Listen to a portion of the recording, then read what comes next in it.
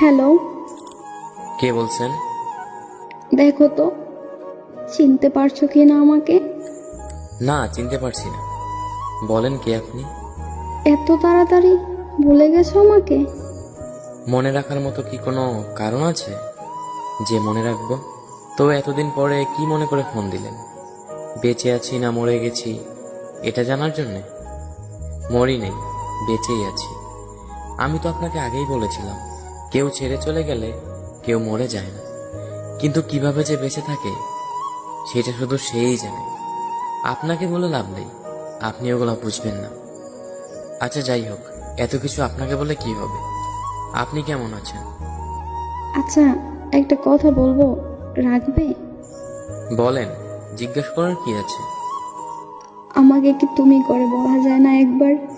আমার কি অধিকার আছে আপনাকে তুমি করে বলবো? বললেন না তো কেমন আছেন আপনি। তোমাকে ছাড়া আমিও ভালো নাই, কিন্তু এই কথাটা বলতে তুমি তো আর বিশ্বাসই করবে না।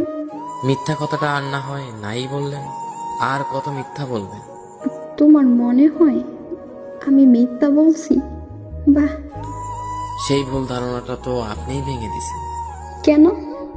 আমি আবার নতুন করে কি করলাম?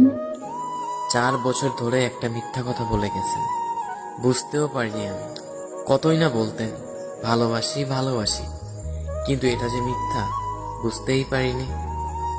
আমি তোমাকে ভালোবাসি এই কথাটা মিথ্যা বলছি? মিথ্যা ছিল এই কথাটা?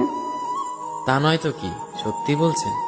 যদি ভালোই বাসতেন তাহলে মাঝপথে ছেড়ে এইভাবে চলে যেতে পারতেন না। একবার হলেও ভাবতেন আপনি চলে গেলে আমার কি হবে, আমি কিভাবে থাকবো। কি হলো, চুপ করে আছেন কেন? কিছু বলেন। না, আর কি বলবো? বলার মতো কি আছে আমার? একটা কথা কি জানেন, আমি নিজের থেকেও বেশি আপনাকে বিশ্বাস করতাম। আমি সবসময় ভাবতাম আপনি কথা দিয়ে কথা রাখতে পারেন।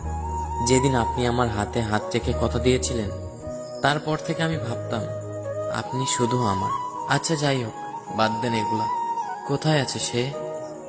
এই তো বন্ধুদের সাথে বাহিরে গিয়েছে। আচ্ছা একটা কথা বলেন তো, সে কি আমার মতো করে আপনাকে খেয়াল রাখে, আমার মতো করেই ভালোবাসে? জানতে হবে না, জেনে আর কি হবে? আমি তো সবসময় অপরাধী ছিলাম।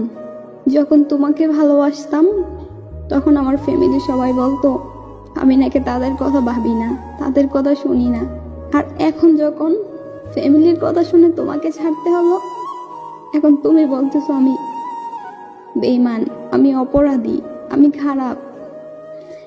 কিন্তু আমি খারাপ আছি না ভালো আছি সেটা কেউ কোনোদিন জানতে চাইলো না। তোমরা সবসময় নিজেরা নিজেদের বিষয়গুলোই ভাবো। এখন আমাকে এসব কথা বলে লাভ নেই, আমি জেনেই বা কি করব?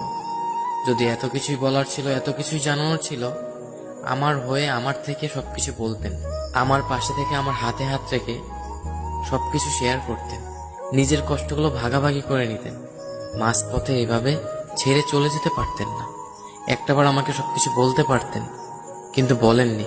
সবসময় ভাবতাম আপনার কোনো প্রবলেম হলে, আপনার কোনো কষ্ট হলে সেগুলো আমাকে বলবেন, যেন আমি সবকিছু আপনার পাশে থেকে হাতে হাত রেখে ঠিক করে দিতে পারি।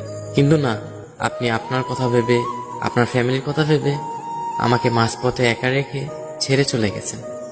আচ্ছা, এখন রাখতে হবে, সে চলে আসবে। আর পারলে আমাকে ক্ষমা করে দিও, নিজের জীবনটা নতুন করে গুছিয়ে নিও। আর আমি তোমাকে সত্যিই ভালোবাসতাম, আমারও কিছু করার ছিল না। আমি পরিস্থিতির শিকার হয়ে বিয়েটা করতে বাধ্য হয়েছিলাম, কিন্তু তুমিও তো সেটা বুঝবে না। কেন বুঝবে? আমার মা বাবাই যেহেতু বুঝে নাই, তুমি তো একটা পরের ছেলে, তুমি আমাকে কি করে বুঝবে? সত্যি আমিও ভালো নাই, আর যদি পারো আমাকে ক্ষমা করে দিও। ভালো থেকো। আচ্ছা, রাখলাম। এই শুনেন, হ্যালো হ্যালো।